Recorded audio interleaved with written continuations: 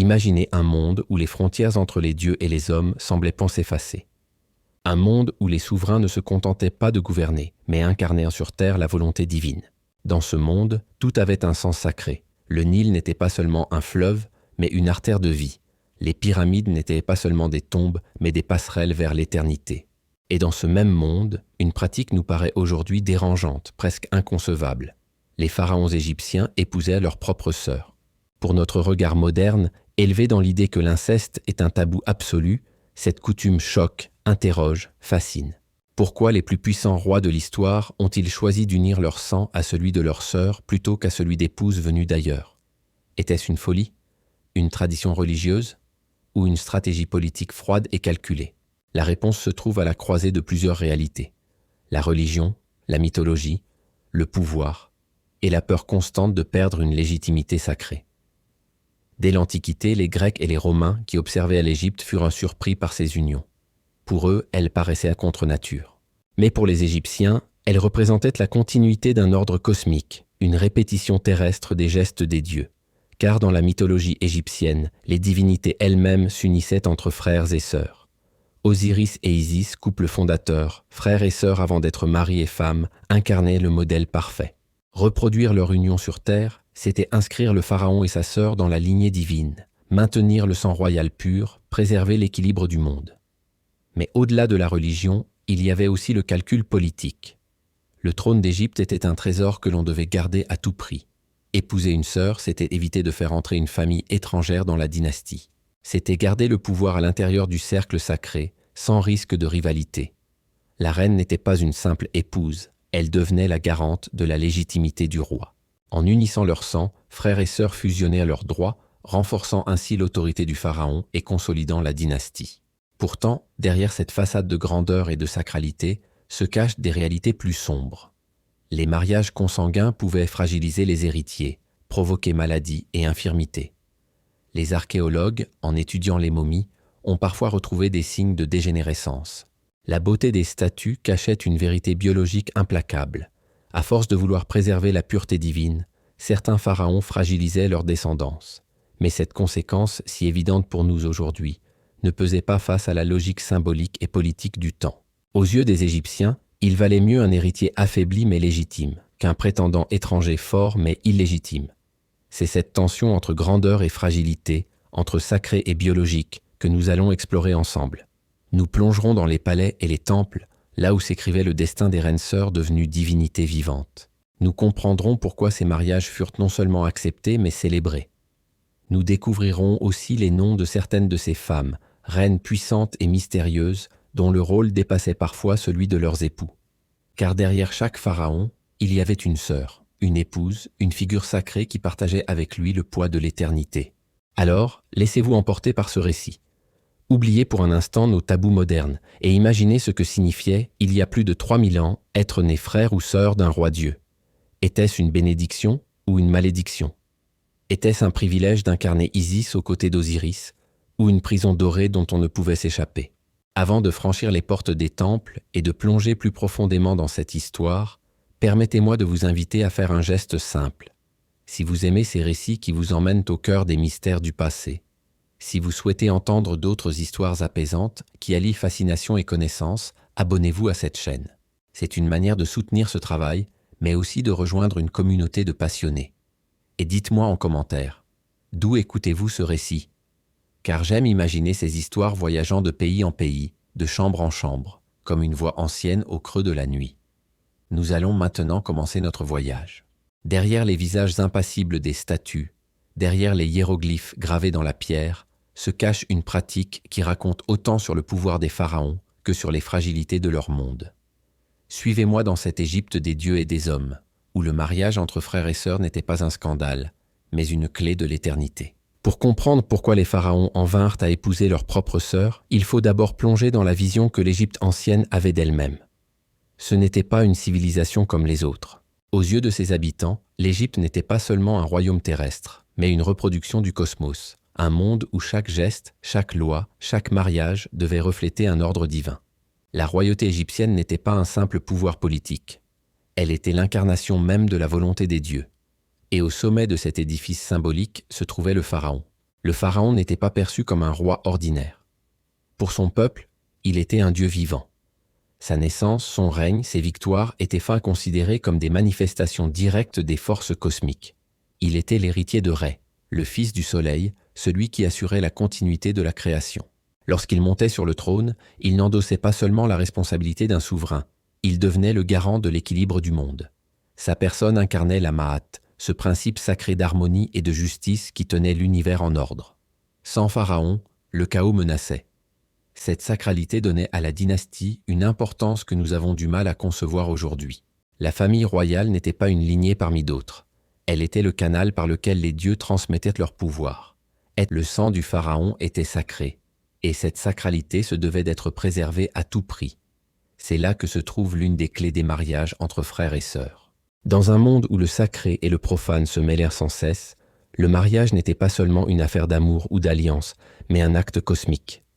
Les Égyptiens voyaient dans leur propre société une image réduite de l'ordre divin. Le ciel, la terre, le Nil, le soleil, la lune, tout avait son rôle, tout obéissait à un équilibre fragile. De la même manière, le pharaon et sa famille étaient censés incarner ce même équilibre sur terre. Ainsi, le mariage d'un pharaon ne pouvait pas être laissé au hasard, encore moins confié à une famille étrangère.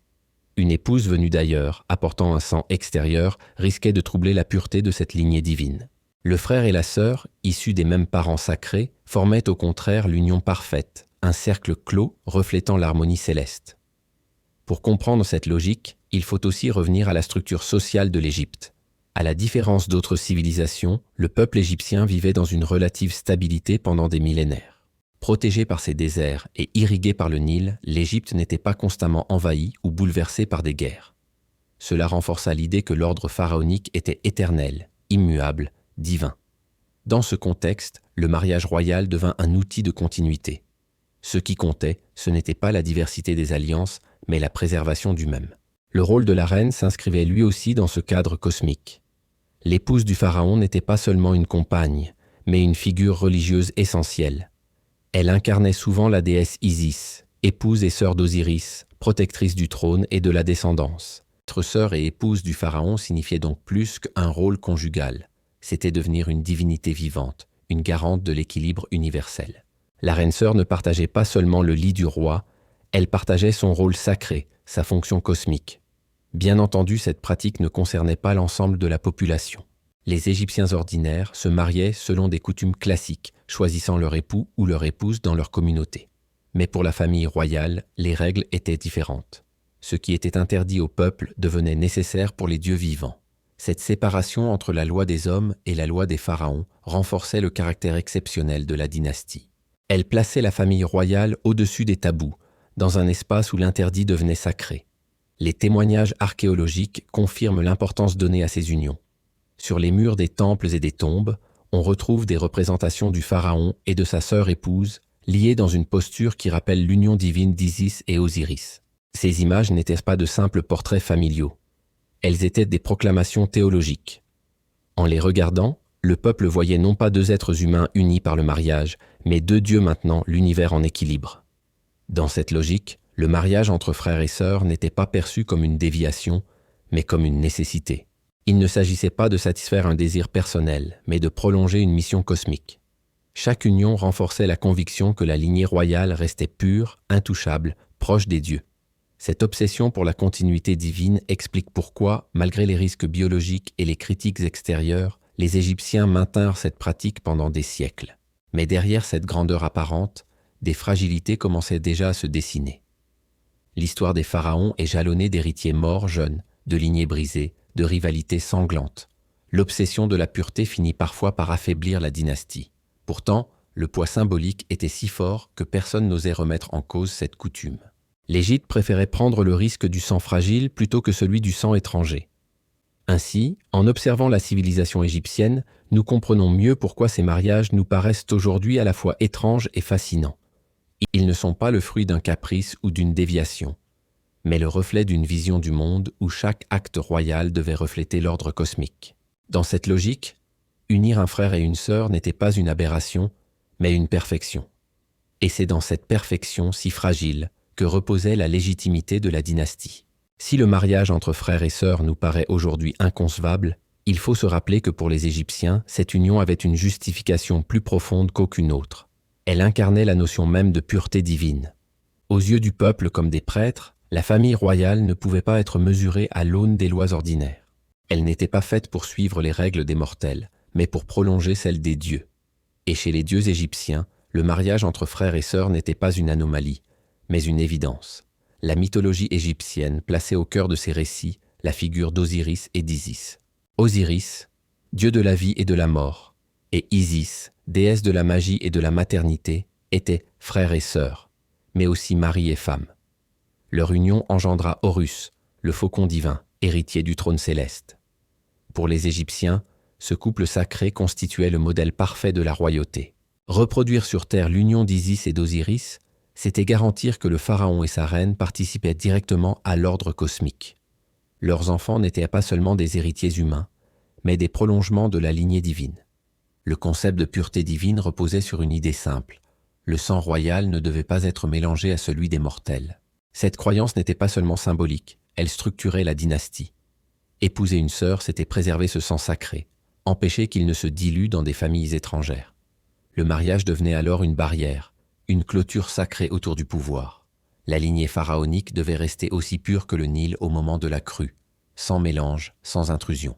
Cette idée de pureté ne concernait pas seulement la biologie, mais l'ordre spirituel. Les prêtres voyaient dans chaque union royale une répétition des gestes fondateurs des dieux. Si Isis et Osiris avaient uni leur sang, pourquoi le pharaon ne ferait-il pas de même? Ne pas suivre cet exemple aurait semblé presque blasphématoire. Les mariages fraternels devenaient ainsi des rituels religieux autant que des choix politiques. Chaque cérémonie, chaque couronnement, chaque union renforçait l'idée que la royauté égyptienne n'appartenait pas au monde des hommes, mais à celui des dieux. La pureté divine s'exprimait aussi dans l'iconographie. Dans les temples, sur les bas-reliefs, les couples royaux apparaissaient souvent côte à côte, leurs corps presque confondus, comme deux moitiés d'une même essence. La reine posait parfois sa main sur l'épaule de son frère époux, geste d'une tendresse hiératique, mais aussi symbole d'unité sacrée. Ces représentations n'étaient pas de simples portraits, elles étaient des proclamations. Nous sommes unis comme les dieux le furent, et par nous, l'ordre du monde perdure. Le mariage entre frères et sœurs avait donc une fonction sacrée de stabilisation. Les Égyptiens craignaient par-dessus tout le chaos, qu'ils appelaient Isfet. Face au désordre, le pharaon incarnait la Ma'at, l'harmonie universelle. Son union avec sa sœur était vue comme un acte de maintien de cette harmonie. Rompre cette règle, c'était risquer d'ouvrir une brèche dans l'ordre cosmique. On comprend alors pourquoi ces mariages, si choquants pour des étrangers, étaient perçus en Égypte comme des garanties de stabilité, presque comme des assurances contre la désintégration du monde. Les reines sœurs bénéficiaient elles aussi de ce statut particulier. En épousant leurs frères, elles devenaient plus que des épouses. Elles incarnaient Isis, garante de la royauté. Elles participaient aux rituels, apparaissaient dans les cérémonies religieuses, tenaient parfois des rôles politiques cruciaux. Leur sang, leur corps, leur présence légitimaient le règne de leurs frères. Sans elles, le pharaon semblait incomplet, diminué. Leur union renforçait donc autant son pouvoir que le leur. Certaines reines furent même considérées comme égales à leurs époux, partageant symboliquement la couronne et la divinité. Mais cette obsession de la pureté avait un prix. La consanguinité, invisible pour les Égyptiens, engendrait des fragilités réelles. Les études modernes sur certaines momies royales montrent des signes de malformation, de maladies génétiques, de fragilité osseuse. Les héritiers issus de ces unions n'étaient pas toujours viables. Pourtant, pour les Égyptiens, ce risque biologique n'entrait pas en ligne de compte. La pureté du sang comptait davantage que la santé du corps. Un pharaon faible mais sacré valait mieux qu'un héritier fort mais né d'un sang impur. Cette logique choque nos sensibilités modernes, mais elle témoigne de l'importance démesurée accordée au divin dans la pensée égyptienne. La royauté n'était pas un privilège, c'était un fardeau sacré. Chaque geste, chaque mariage devait être en accord avec les mythes fondateurs. Si les dieux avaient uni des frères et des sœurs, alors les pharaons devaient les imiter. La pureté divine était moins une obsession biologique qu'un devoir religieux. Elle garantissait que la royauté restait connectée aux forces éternelles, qu'elle ne devenait jamais une simple affaire humaine. En réalité, ces mariages nous révèlent une vérité plus profonde sur la civilisation égyptienne, sa vision cyclique du monde. Pour les Égyptiens, le temps ne progressait pas linéairement, il se répétait. Chaque année, la crue du Nil recommençait. Chaque saison ramenait son cycle. Chaque rite reproduisait un acte originel. De la même manière, chaque mariage royal reproduisait le mariage des dieux. En répétant ce modèle, les pharaons réaffirmaient que leur règne s'inscrivait dans une continuité éternelle.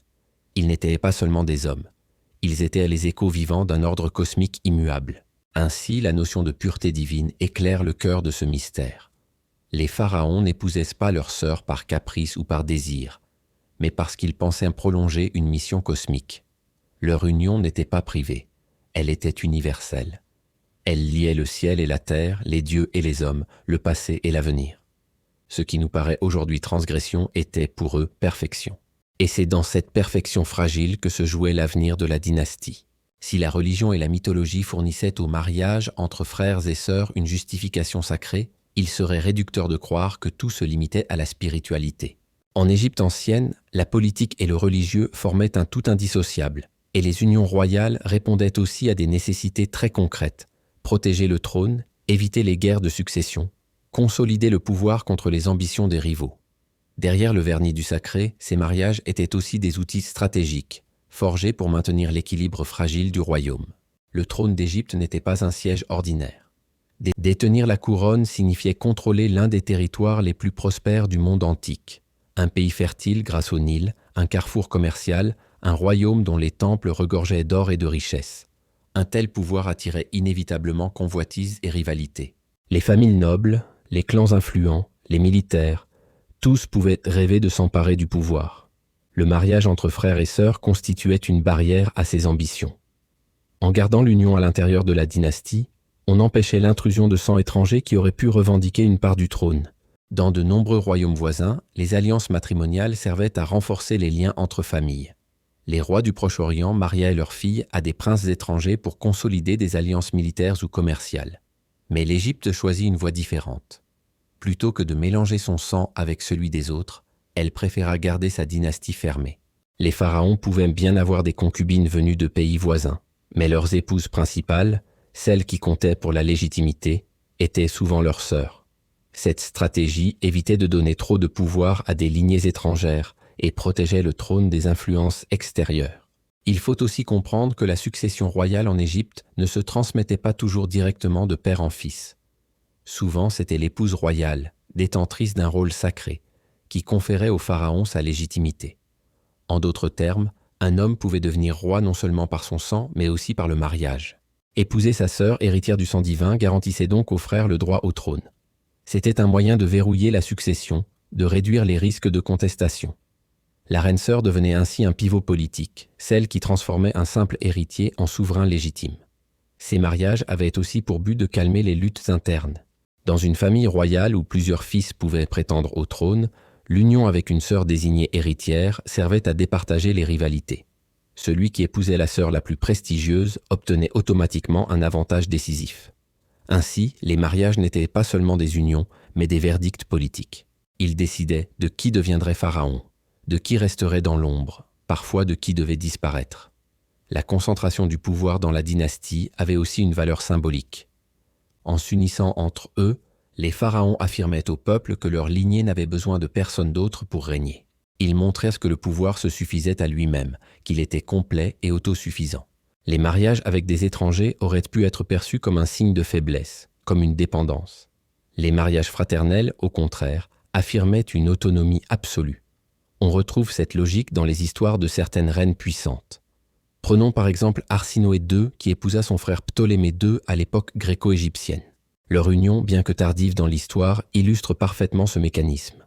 En se mariant, ils consolidèrent leur pouvoir, se présentèrent comme de nouveaux dieux vivants et renforcèrent l'idée que la dynastie restait pure. Leur mariage ne fut pas seulement religieux, il fut une arme politique destinée à écarter les rivaux. Il est aussi intéressant de remarquer que cette stratégie permit à l'Égypte de conserver une stabilité relative par rapport à d'autres royaumes. Alors que les alliances extérieures pouvaient souvent provoquer des conflits ou des guerres de succession interminables, l'Égypte réduisait ce risque en se refermant sur elle-même. Certes, cela entraînait d'autres problèmes, notamment biologiques, mais sur le plan politique, cela constituait une méthode efficace pour préserver l'unité du trône. Cependant, cette logique ne fonctionnait pas toujours à la perfection. L'histoire égyptienne est jalonnée de crises dynastiques, de rivalités entre frères, d'assassinats politiques. Les mariages entre frères et sœurs pouvaient apaiser certaines tensions, mais ils pouvaient aussi les exacerber. Lorsque plusieurs sœurs pouvaient prétendre au rôle de reine, les intrigues se multipliaient. Lorsque les ambitions des demi-frères entraient en conflit, l'union ne suffisait pas à calmer les haines. Mais malgré ses limites, l'idéologie demeurait « mieux valait risquer des conflits internes que de laisser une famille étrangère mettre la main sur le trône ». À travers ces mariages, on perçoit donc la peur constante qui hantait la royauté égyptienne. La peur de perdre sa légitimité. Plus qu'un simple pouvoir, le trône était une mission divine. Le perdre signifiait trahir l'ordre cosmique, rompre le lien entre Dieu et homme. Les mariages fraternels représentaient une armure contre cette menace. Ils garantissaient que le pouvoir restait dans le cercle sacré, qu'il ne pouvait pas être contesté de l'extérieur.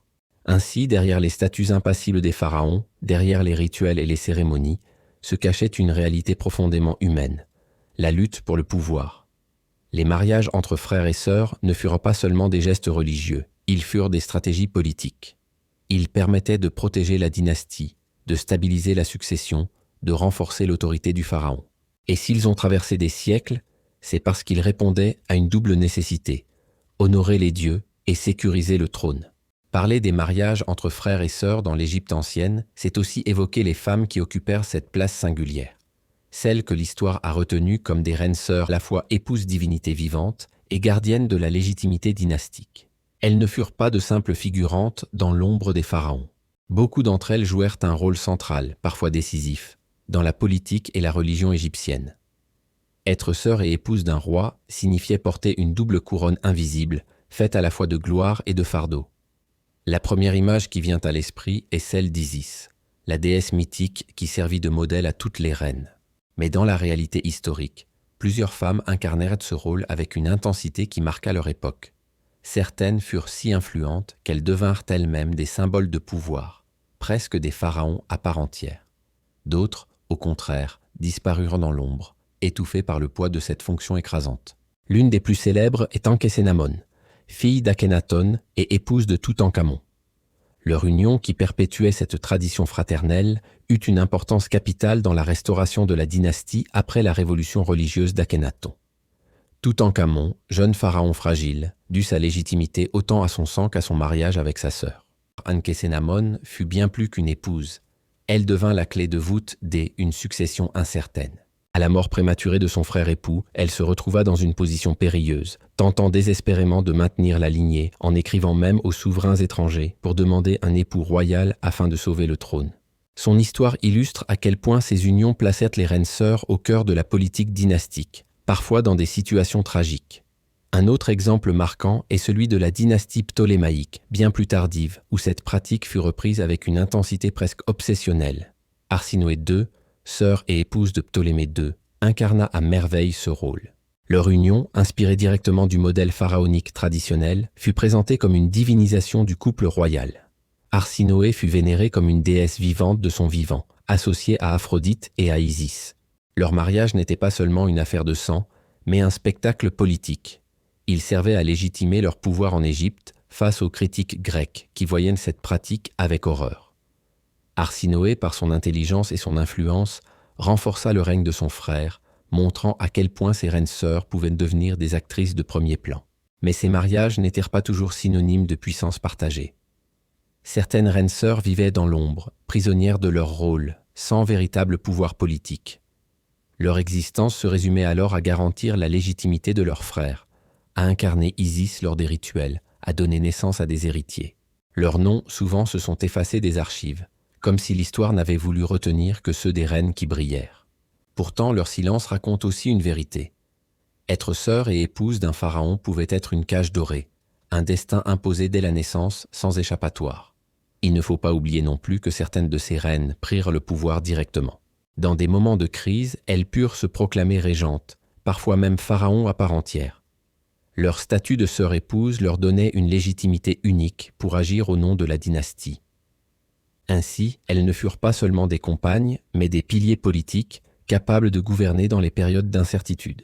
Ces figures montrent que le rôle de reine sœur ne se limitait pas à une fonction symbolique. Il pouvait devenir une arme politique puissante. La figure de Cléopâtre VII, bien qu'elle vienne à la toute fin de l'histoire égyptienne, illustre l'héritage durable de cette tradition. Elle épousa successivement ses deux frères, Ptolémée XIII, puis Ptolémée XIV, suivant la coutume ptolémaïque héritée des anciens pharaons. Mais Cléopâtre transforma cette contrainte en instrument. Elle ne se laissa jamais enfermer dans l'ombre de ses frères. Au contraire, elle utilisa ses mariages pour renforcer sa propre légitimité, tout en tissant ensuite ses célèbres alliances avec César et Marc-Antoine.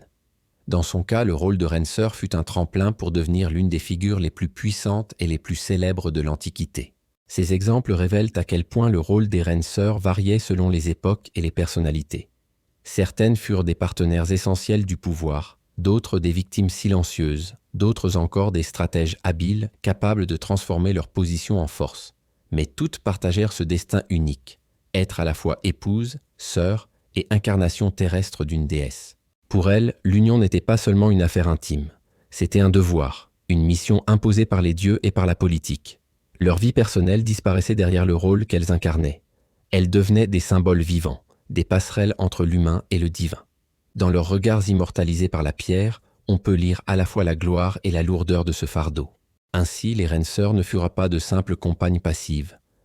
Elles furent au cœur du système, garantes de la pureté du sang, incarnation d'Isis, actrices de l'histoire. Certaines furent admirées, d'autres oubliées, mais toutes partagèrent le même destin hors du commun. Et c'est peut-être cela qui rend leur rôle si fascinant encore aujourd'hui. Elles vécurent à la frontière entre la légende et la réalité, entre le sacré et le politique, entre la grandeur et la fragilité. Pour comprendre pleinement pourquoi les pharaons épousaient leurs propres sœurs, il est indispensable de plonger dans l'univers religieux et mythologique de l'Égypte ancienne. Car au-delà de la politique, au-delà même des considérations dynastiques, ce choix s'enracinait profondément dans une vision du monde où les dieux étaient à partout, où chaque geste humain cherchait à reproduire l'ordre divin. En Égypte, la royauté ne se limitait jamais à une institution terrestre. Elle était une réplique de l'univers céleste, une incarnation vivante des mythes fondateurs. Au cœur de cette mythologie se trouvait le récit d'Osiris et d'Isis, frères et sœurs, mari et femme. Osiris, souverain des vivants, fut assassiné par son frère jaloux Seth, puis ressuscité par Isis grâce à sa magie. De leur union naquit Horus, le dieu faucon, destiné à venger son père et à régner à son tour. Ce mythe n'était pas une simple histoire. Il constituait la colonne vertébrale de la royauté égyptienne. Chaque pharaon était vu comme un nouvel Osiris, chaque reine comme une nouvelle Isis, et chaque héritier comme un nouvel Horus. En imitant les dieux, les souverains pensaient garantir la continuité du cosmos lui-même. Ainsi, lorsque le pharaon épousait sa sœur, il ne faisait pas seulement un choix conjugal. Il rejouait le mythe originel. Il devenait Osiris, elle devenait Isis, et leur union assurait l'ordre universel. Leurs enfants incarnaient Horus, le protecteur de l'Égypte. C'était une mise en scène religieuse, mais une mise en scène vitale. Sans elle, l'équilibre du monde risquait de basculer vers le chaos. Les Égyptiens croyaient sincèrement que la stabilité du royaume dépendait de cette reproduction des gestes divins. Cette logique ne se limitait pas à Osiris et Isis. Dans le panthéon égyptien, de nombreux couples divins étaient formés de frères et de sœurs. Geb, le dieu de la terre, était uni à sa sœur Nout, la déesse du ciel. Leur union engendra les principales divinités, dont Osiris, Isis et Seth. Pour les Égyptiens, l'union fraternelle appartenait donc à l'ordre naturel du divin. Elle n'avait rien d'anormal ni de choquant. Elle était au contraire le signe de la perfection cosmique. Si les dieux pouvaient s'unir entre eux, pourquoi pas leurs représentants terrestres? Dans les rituels religieux, cette dimension se manifestait sans cesse. Le couronnement d'un pharaon, par exemple, n'était pas une simple cérémonie politique. C'était un acte sacré où le roi devenait l'incarnation d'Horus sur terre. Lorsque sa sœur devenait son épouse, elle participait à ce rituel en incarnant Isis. Ensemble, ils rejouaient à l'histoire éternelle du triomphe de la vie sur la mort, de l'ordre sur le chaos. Leur mariage n'était donc pas une affaire privée, c'était une liturgie vivante, une manière de relier les hommes aux dieux. La religion égyptienne fonctionnait sur ce principe de répétition. Chaque fête, chaque rituel, chaque geste visait à répéter un événement mythologique. De la crue du Nil aux récoltes, tout était conçu comme une réplique de ce qui avait été fixé à l'origine des temps. Le mariage royal, en ce sens, n'échappait pas à la règle. En s'unissant à sa sœur, le pharaon répétait l'acte fondateur qui avait donné naissance à Horus, l'éternel protecteur de l'Égypte. C'était une garantie que le cycle cosmique continuerait sans rupture. Ce rôle religieux se traduisait aussi par la position unique de la reine. Dans d'autres civilisations, l'épouse du roi pouvait être secondaire, parfois invisible. En Égypte, elle était indispensable. Sans elle, le pharaon ne pouvait pas pleinement jouer son rôle divin. La reine incarnait Isis, la magicienne, la protectrice, la mère de l'héritier. Elle n'était pas seulement une compagne, elle était la moitié divine du pouvoir. C'est pourquoi le mariage avec une sœur n'était pas seulement une affaire de sang, mais une nécessité religieuse. Elle seule, par son lien familial, pouvait incarner Isis dans toute sa force. Il ne faut pas sous-estimer la ferveur avec laquelle le peuple croyait en ses correspondances. Pour les Égyptiens, le monde visible n'était qu'un reflet du monde invisible. Les statues, les temples, les hiéroglyphes n'étaient pas des symboles au sens moderne, mais des réalités vivantes. Voir le pharaon et sa sœur unis, c'était voir Osiris et Isis marcher sur terre. C'était la preuve tangible que les dieux continuaient de veiller sur l'Égypte. L'union royale avait donc une portée mystique qui dépassait largement le cadre humain. Même les morts rappelaient en cette logique. Dans l'au-delà, le pharaon défunt devenait Osiris et sa veuve devenait Isis.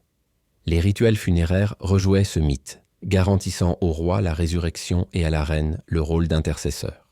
Le mariage frère-sœur était donc inscrit jusque dans la mort, preuve qu'il ne s'agissait pas d'une simple coutume, mais d'un fondement religieux omniprésent. Bien sûr, cette vision choque nos sensibilités modernes, mais elle nous révèle à quel point l'Égypte ancienne vivait dans une logique radicalement différente. Là où nous voyons une transgression, eux voyaient une perfection. Là où nous voyons une rupture du tabou, eux voyaient un respect absolu de l'ordre divin. La mythologie ne servait pas seulement à raconter des histoires, elle structurait la société, justifiait les lois, dictait les mariages. Ainsi, les unions entre frères et sœurs n'étaient pas une extravagance isolée. Elles étaient le prolongement direct d'une religion où les dieux eux-mêmes vivaient de telles unions. Le pharaon et sa sœur n'étaient pas seulement des humains mariés, ils étaient les acteurs d'un drame cosmique, rejouant sans fin la victoire d'Horus sur le chaos, garantissant que le monde continuerait de tourner. Si les mariages entre frères et sœurs semblaient parfaitement naturels aux yeux des Égyptiens, ils n'étaient pas sans susciter inquiétude, critique et surtout conséquences. Derrière l'apparence d'union sacrée et de pureté divine se cachèrent des fragilités bien réelles, des menaces biologiques et sociales, mais aussi des regards étrangers qui voyaient dans ces pratiques un signe de décadence ou de bizarrerie. Et même si le peuple égyptien acceptait cette coutume comme une nécessité religieuse et politique, il n'en reste pas moins que les dangers, visibles ou invisibles, finirent par peser lourd sur la dynastie pharaonique. L'un des premiers risques, et peut-être le plus concret, fut biologique. L'union répétée de frères et de sœurs favorise ce que nous appelons aujourd'hui la consanguinité. À l'époque, bien sûr, cette notion n'existait pas. Les Égyptiens ignoraient les mécanismes héréditaires qui pouvaient affaiblir une descendance. Pourtant, les archéologues et les chercheurs modernes, en étudiant les momies royales, ont pu observer des traces troublantes. Certaines présentaient des déformations osseuses, des anomalies génétiques, des fragilités physiques. Les portraits idéalisés des pharaons, gravés dans la pierre, ne montrent rien de cela, mais la réalité biologique était bien différente. À force de vouloir préserver la pureté du sang, certaines dynasties fragilisaient leurs héritiers. Le cas de Toutankhamon est l'un des plus révélateurs. Les analyses de sa momie ont montré qu'il souffrait de plusieurs affections. Un pied-botte, une fragilité osseuse, des signes de paludisme.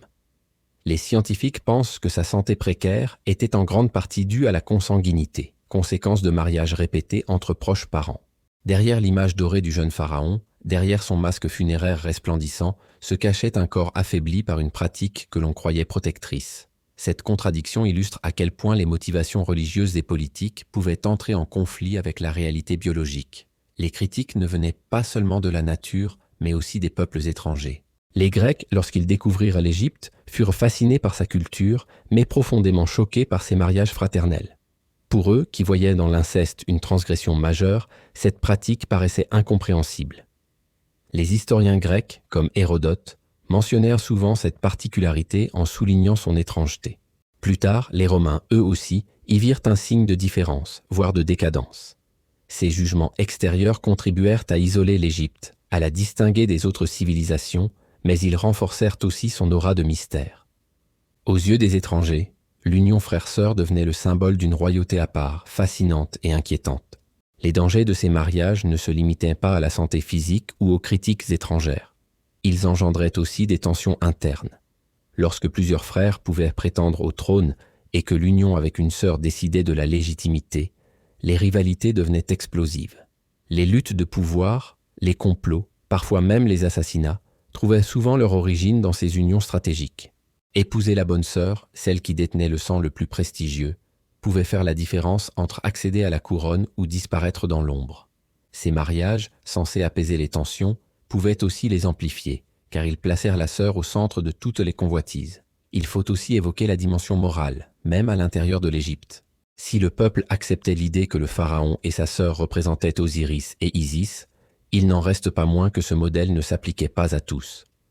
Pour les Égyptiens ordinaires, l'inceste restait un interdit. Le fait que la famille royale vive au-dessus de cette règle créait un décalage, une frontière symbolique. Cette séparation renforçait le caractère sacré de la dynastie, mais elle pouvait aussi susciter des murmures, des interrogations, voire des incompréhensions. Car si l'on célébrait l'union des dieux vivants, on savait aussi, au fond, qu'elle contredisait l'ordre social commun. La religion servait de rempart contre ces doutes, mais elle ne pouvait pas tout effacer. Certaines périodes de crise, lorsque le pouvoir pharaonique vacillait, virent émerger des critiques plus directes. Dans les moments de famine, de défaite militaire ou de révolte, il arrivait que les Égyptiens questionnent l'efficacité de leur souverain. Si le mariage sacré n'apportait plus prospérité, alors sa légitimité pouvait être remise en cause. Les dangers de cette pratique ne résidaient donc pas seulement dans le corps des héritiers, mais aussi dans la confiance du peuple. Enfin, il faut rappeler que les reines sœurs, elles aussi, payaient un prix élevé. Leur rôle, glorieux en apparence, pouvait devenir une prison. Elles n'avaient pas le choix de leur destin. Dès leur naissance, elles savaient qu'elles pourraient être données en mariage à leurs frères. Leur vie intime disparaissait derrière une mission imposée. Si certaines purent utiliser ce rôle pour exercer un pouvoir réel, d'autres vécurent dans l'ombre, réduites à des instruments de légitimation. Leur santé, leur liberté, parfois même leur bonheur, étaient sacrifiés à cette logique. Derrière l'image sacrée d'Isis, il y avait des femmes de chair et de sang, parfois brisées par ce destin. Ces critiques et dangers n'empêchèrent pas la pratique de perdurer pendant des siècles. L'idéologie religieuse et la nécessité politique l'emportaient sur les conséquences. Mais ils en révélèrent les limites. À mesure que les dynasties s'affaiblissaient, que les héritiers devenaient plus fragiles, que les critiques étrangères se faisaient plus vives, cette coutume montra ses fissures. Elle resta un pilier de la royauté, mais un pilier fissuré, porteur de contradictions insolubles. En fin de compte, les mariages entre frères et sœurs des pharaons nous apparaissent comme un double visage. D'un côté, ils incarnaient la pureté divine, la stabilité politique, l'ordre cosmique.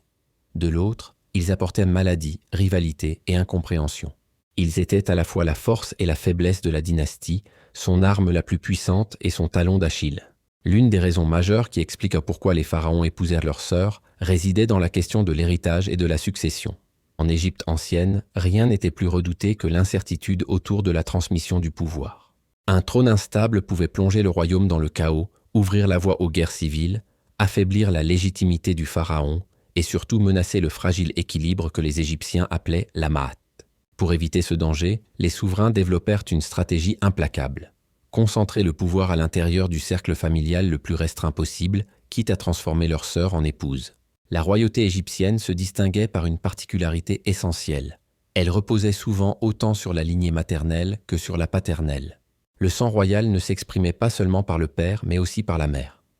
Ainsi, pour qu'un héritier soit pleinement légitime, il devait être né d'une femme qui portait en elle ce sang divin. Les princesses royales, sœurs ou demi-sœurs des pharaons, représentaient donc une ressource indispensable. En épousant sa sœur, le pharaon s'assurait que ses enfants hériteraient non seulement de son droit, mais aussi de celui de sa reine.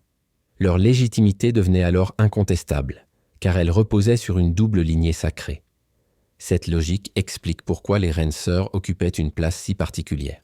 Elles n'étaient pas de simples compagnes, mais les piliers de la succession. Sans elles, le trône pouvait vaciller. C'est pour cette raison que de nombreuses dynasties élevèrent la sœur épouse au rang de grande épouse royale, un titre qui conférait une autorité symbolique immense. Être marié à une sœur de sang royal garantissait que l'héritier du couple serait reconnu par le clergé, par la noblesse et par le peuple. L'alliance familiale devenait une armure politique contre les contestations. Dans une société où plusieurs femmes pouvaient donner des enfants au pharaon, la question de l'héritier légitime était cruciale. Les concubines, qu'elles soient égyptiennes ou étrangères, pouvaient donner naissance à des fils, mais ces derniers restaient souvent fragiles du point de vue dynastique. Leur légitimité pouvait être remise en cause si leur mère n'était pas une princesse royale. À l'inverse, un fils né d'une reine sœur jouissait d'une autorité naturelle. Sa naissance incarnait la pureté du sang et la continuité divine. Cette hiérarchie entre les enfants des concubines et ceux des reines-sœurs déterminait souvent l'avenir du royaume. Mais cette logique d'héritage créait aussi des tensions. Dans certaines dynasties, plusieurs princes pouvaient prétendre au trône, chacun soutenu par une faction. Les luttes d'influence autour de la maternité de l'héritier provoquaient des rivalités parfois sanglantes. Les reines-sœurs, conscientes de leur rôle, pouvaient devenir de redoutables stratèges, protégeant leurs enfants, écartant ceux des autres épouses, consolidant la place de leur lignée. Le trône d'Égypte, derrière ses symboles de majesté, était aussi un champ de bataille familial où la succession se jouait dans les chambres royales. Un autre aspect fascinant de cette question réside dans la possibilité pour certaines reines de régner comme régentes, voire comme pharaon. Lorsque l'héritier était trop jeune, il arrivait que la reine-sœur assure le pouvoir en son nom, maintenant la stabilité du royaume jusqu'à ce que l'enfant soit en âge de régner. Ce rôle renforçait encore leur importance dans la transmission dynastique. Elles n'étaient pas seulement des épouses, mais des gardiennes du trône, des figures de continuité qui empêchèrent le royaume de sombrer dans l'anarchie. Il faut aussi noter que cette stratégie d'héritage ne se limitait pas à l'Égypte pharaonique. Plus tard, la dynastie ptolémaïque, héritière des traditions égyptiennes sous domination grecque, poussa cette logique encore plus loin.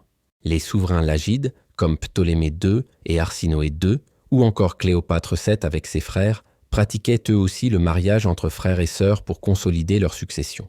Même si les Grecs trouvaient cela choquant, les Ptolémées comprenaient que cette pratique renforçait leur légitimité auprès du peuple égyptien, profondément attaché à ces traditions. L'héritage dans ce cas n'était pas seulement dynastique, mais aussi culturel. Continuer ces unions, c'était affirmer la continuité avec les anciens pharaons. Mais cette obsession pour la pureté du sang et la légitimité absolue n'était pas sans conséquences. À force de concentrer le pouvoir et l'héritage dans un cercle trop restreint, la dynastie se fragilisait. Les héritiers souffraient parfois de faiblesses physiques dues à la consanguinité. Les rivalités entre demi-frères et demi-sœurs provoquaient des conflits interminables. Les intrigues de palais, les empoisonnements, les assassinats faisaient partie du prix à payer pour préserver cette logique implacable de l'héritage sacré.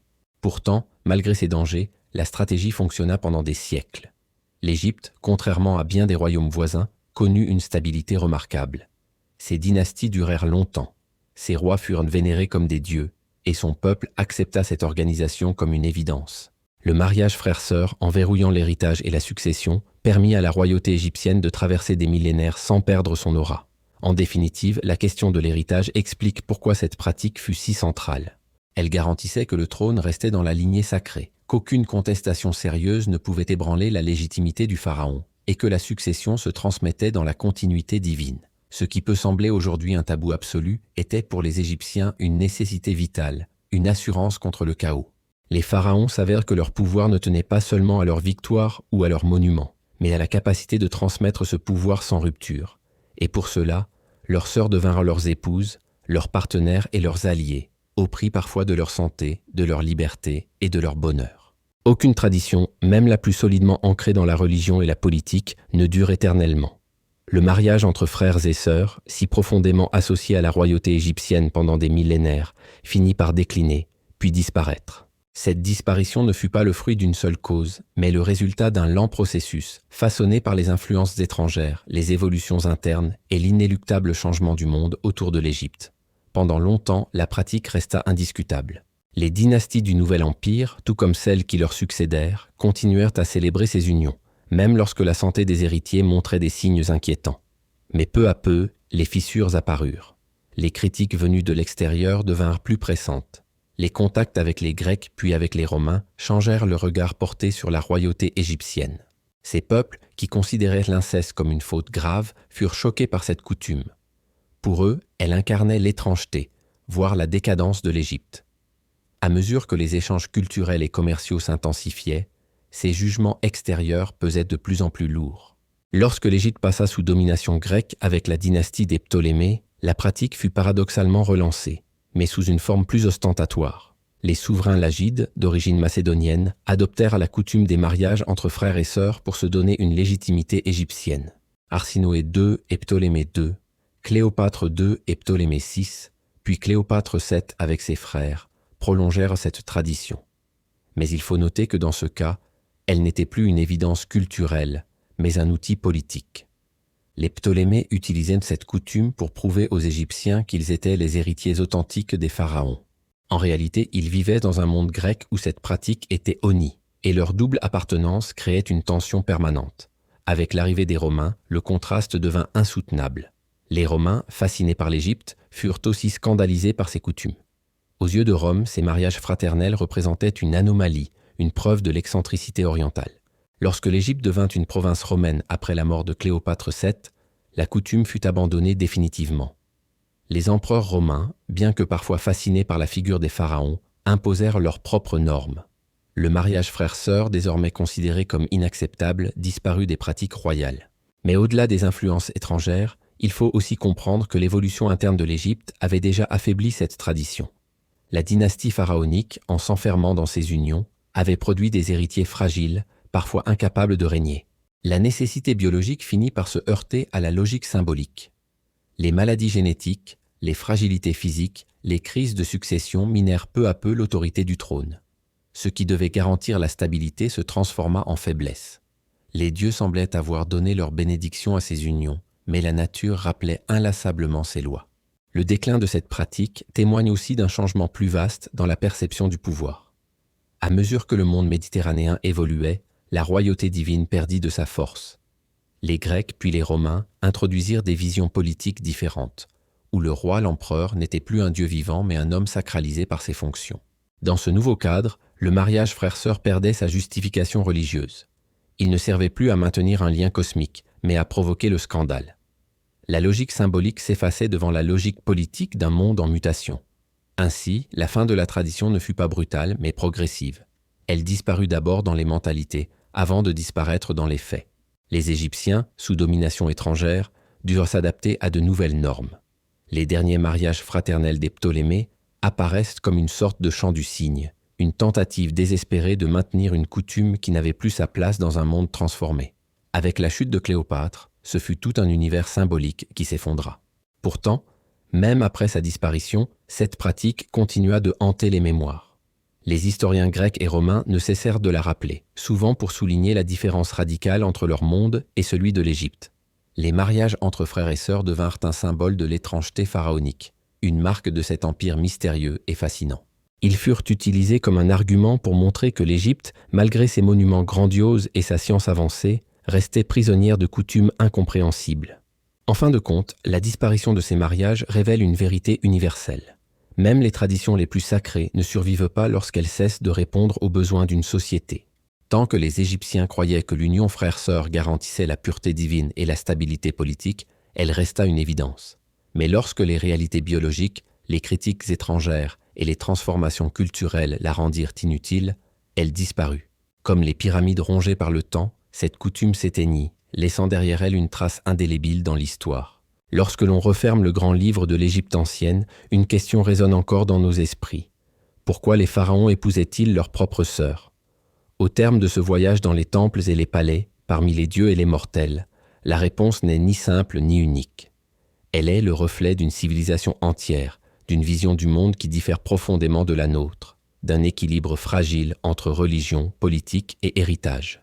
Nous avons vu que pour les Égyptiens, le mariage entre frères et sœurs ne représentait pas une transgression, mais au contraire une perfection.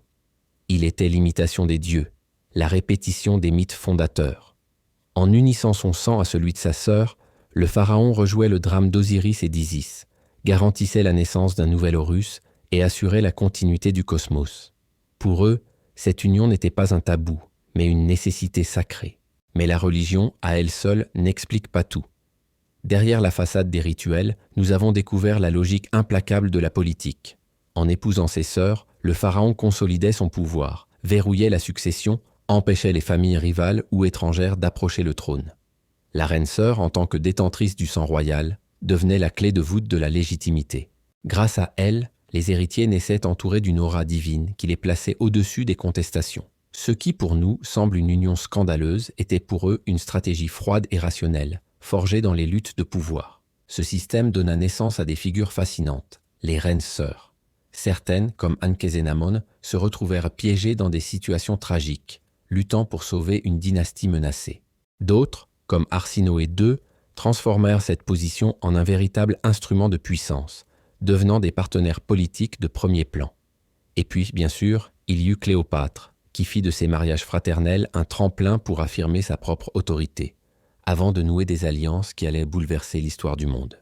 Ces femmes, à la fois épouses, sœurs et incarnations d'Isis, portaient sur leurs épaules le poids d'une fonction écrasante, mais aussi la possibilité d'un pouvoir réel. Pourtant, cette pratique avait un prix. Nous avons exploré les critiques, les dangers, les conséquences. Les corps fragiles de certains héritiers, comme celui de Toutankhamon, rappellent que la nature impose ses lois, même au roi Dieu. Les murmures des peuples étrangers, grecs et romains, montrent que l'Égypte, en s'accrochant à cette tradition, s'isolait dans une singularité incomprise. Et à l'intérieur même du royaume, lorsque les crises survenaient, cette union sacrée pouvait être perçue comme un fardeau, une cause de faiblesse plutôt que de force. Ce paradoxe est au cœur de l'histoire. Le mariage frère-sœur fut à la fois la plus grande force et la plus grande faiblesse de la dynastie pharaonique. Il donna au trône une stabilité impressionnante, lui permit de traverser des siècles avec une continuité remarquable. Mais il fragilisa aussi la lignée, enserrant le pouvoir dans un cercle si étroit qu'il devint vulnérable. Ce qui devait préserver la pureté divine finit par provoquer la dégénérescence biologique. Ce qui devait protéger la royauté contre les intrus finit par l'enfermer dans un isolement dangereux. Et puis, le temps fit son œuvre. Les influences grecques et romaines, les transformations du monde méditerranéen, finirent par faire tomber cette coutume. Aux yeux des nouveaux maîtres, elle n'était plus une nécessité sacrée, mais un scandale incompréhensible. Les Ptolémées, dans un ultime effort, tentèrent de maintenir la tradition, mais leur obstination ressemblait déjà à une survivance, à un écho du passé. Avec la chute de Cléopâtre, cette pratique disparut à jamais, laissant derrière elle une trace indélébile dans la mémoire collective. Aujourd'hui encore, cette coutume continue de nous fasciner. Elle nous rappelle à quel point les civilisations peuvent développer des logiques radicalement différentes des nôtres. Ce qui nous semble tabou pouvait être, ailleurs et autrefois, une vertu. Ce que nous voyons comme une faiblesse pouvait être, pour eux, une force. L'histoire nous enseigne ici l'humilité. Nos valeurs, nos repères, ne sont pas universels. Ils sont le fruit d'une époque, d'une culture, d'un contexte. Mais elles nous offrent aussi une réflexion plus universelle. Car au fond, ces mariages frères-sœurs nous parlent de la peur universelle des sociétés, la peur du chaos, la peur de perdre le pouvoir, la peur de voir s'effondrer l'ordre du monde. Les Égyptiens y répondirent par une stratégie qui leur semblait parfaite. Fermer le cercle, unir ce qui était déjà uni, protéger le trône de toute intrusion. C'était leur manière de tenir tête à l'instabilité. Et si nous regardons bien, peut-être ne sommes-nous pas si différents. Nous aussi, dans nos sociétés modernes, cherchons des moyens de protéger ce qui nous semble fragile, de préserver ce que nous croyons sacré. Nous ne le faisons pas par des mariages fraternels, mais par d'autres institutions, d'autres rituels, d'autres barrières. Alors, en quittant l'Égypte ancienne, posons-nous une question. Qu'est-ce que nous serions prêts à sacrifier pour maintenir l'ordre, la stabilité, la continuité ? Les pharaons sacrifièrent la liberté de leurs sœurs, la santé de leurs héritiers, et parfois même l'amour véritable, au nom de la pureté divine. Et nous, quel sacrifice invisible faisons-nous au nom de nos propres valeurs ? Ce récit, si étrange et lointain, agit comme un miroir. Il nous montre non seulement l'Égypte, mais aussi nous-mêmes. Il révèle les limites de nos jugements, l'importance de comprendre avant de condamner, la nécessité de replacer chaque coutume dans son monde. Et c'est peut-être là la plus grande leçon des pharaons et de leurs épouses sœurs. La vérité de l'histoire n'est jamais simple, jamais unique, toujours traversée de contradictions. Avant de refermer ce voyage, laissez-moi vous inviter à une dernière réflexion apaisante. Imaginez ces couples royaux, assis dans la lumière dorée du Nil, entourés de prêtres et de statues, jouant leur rôle sacré avec gravité. Imaginez leurs visages, à la fois humains et divins, porteurs d'un fardeau qui les dépassait. Et souvenez-vous que derrière les pierres des temples, derrière les hiéroglyphes, il y avait des hommes et des femmes, pris dans un système qui les dépassait. Ils n'étaient pas des monstres, pas des aberrations, mais des acteurs d'une civilisation différente, fascinante, déroutante. Si ce récit vous a captivé, je vous invite à le prolonger. Dites-moi en commentaire ce que vous en pensez. Étiez-vous déjà au courant de cette coutume ? Vous semble-t-elle choquante ou simplement différente ? Et si vous souhaitez voyager encore, découvrir d'autres mystères, d'autres histoires apaisantes, abonnez-vous. Ensemble, nous continuerons à explorer les recoins oubliés du passé, à faire revivre les voies éteintes, à comprendre les logiques d'hier pour éclairer celles d'aujourd'hui. Alors, refermons doucement les portes du temple. La voix des prêtres s'éteint, les torches s'éteignent et le Nil continue de couler, indifférent au siècle. Mais dans nos esprits, une lumière demeure, celle d'une Égypte qui osa défier nos tabous, qui bâtit des empires sur des unions que nous jugeons impossibles et qui, malgré ses contradictions, laissa une empreinte éternelle dans l'histoire humaine.